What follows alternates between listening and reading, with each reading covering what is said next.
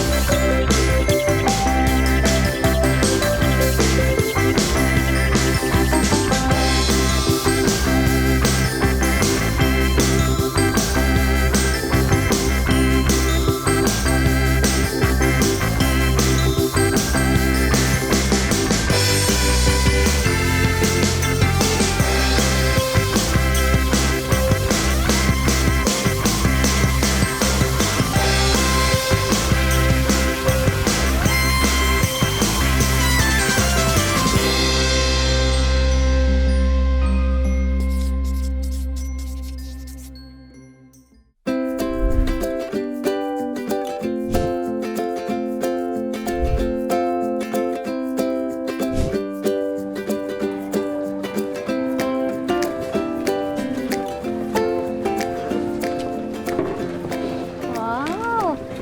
Tito Manny, mukhang mabenta yung bago mong merienda combo Uy, Isay, kumusta na? Okay naman po. Ay, salamat nga po pala dahil pumayag po kayong turuan ako sa report ko Na-excite po ako nakita ko yung message niyo. No problem, Isay. Wow, ang sarap nga. Yan ang sweet na hindi nang gigipit. Only at Madam Chrissy's Pangimagas. Bili na kayo! Yan ang magaling na negosyante. Ba't di ka lang sumama sa interns ko, Isay? Chrissy, Manny! Carlo? Isay? Jello!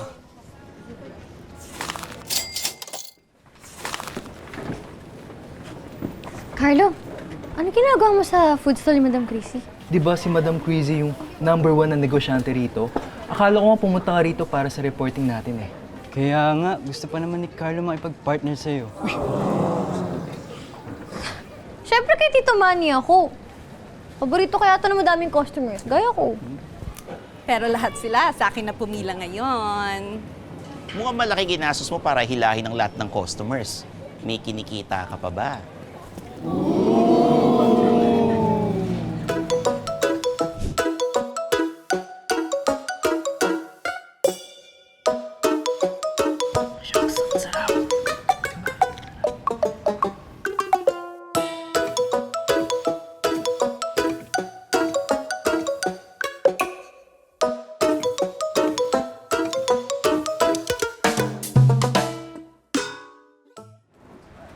Wow!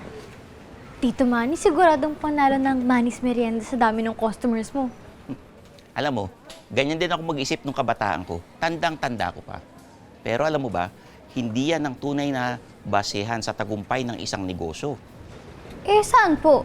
Eh di sa tubo o profit. Yan yung perang natitira kapag binawas mo ng lahat ng gastusin sa perang kinita natin.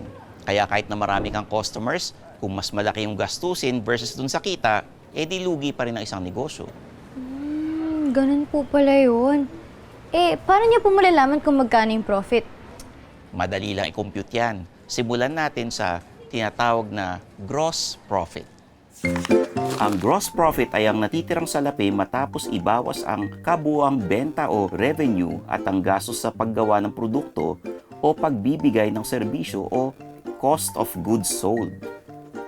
Halimbawa, para magawa ang bestseller natin na egg sandwiches, kailangan nating bilhin ang ingredients nito. Gumastos tayo ng 4,350 pesos. Ito ang tinatawag na cost of goods sold. Kung nakabenta tayo ng 150 egg sandwiches na nagkakahalagang 45 pesos kada isa, may kabuuang benta tayo na 6,750 pesos. Kung susundan natin ang formula, isa-subtract natin ang 4,350 pesos sa 6,750 pesos na kinita natin. Ang sagot ay 2,400 pesos. Ito ang gross profit natin. Sa gross profit natin nakikita kung maayos nating na ma-manage ang ating resources at kung may problema ba sa produksyon o pricing. Kaya importante na malaman natin to. Wow, ang galing, Tito Manny! At hindi pa yan ang final na kita ng isang negosyo. Ha? Di ba final ng gross profit? Carlo? Ang ginagawa mo rito? Mukhang masarap inom mo dyan na. Ay, teka. So, bakit hindi pa po gross profit yung final? Simple lang yan. Dahil marami pang ibang gastusin sa pagtakbo ng negosyo, kagaya ng renta, kuryente, at pati na rin yung pasahod sa mga tao. Yan ang tinatawag na gastos sa operasyon. Kaya kailangan mo maging wais sa pagbabudget. Hala, paano po yan, Madam Crazy? Di pa naman ako marunong mag-budget, pero I always give it my all. Teka.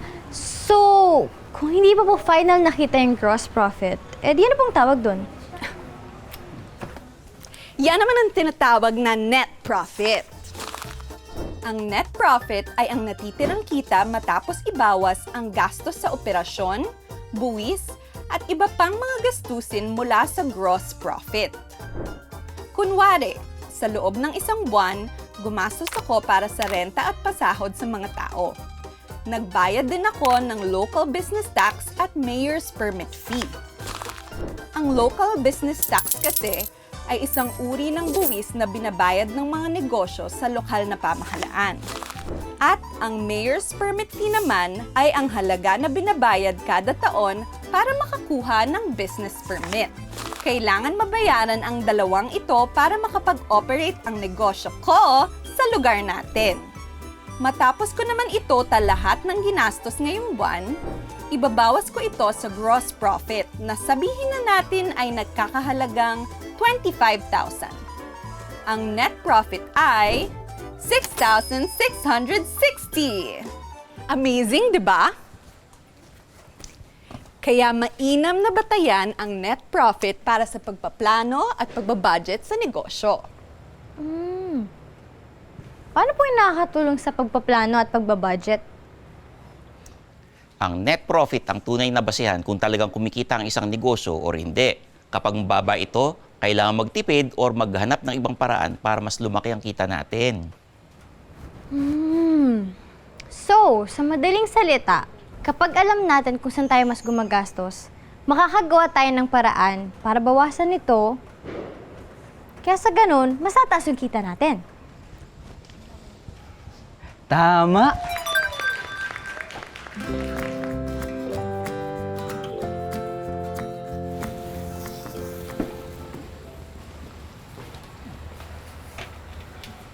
Okay na yan.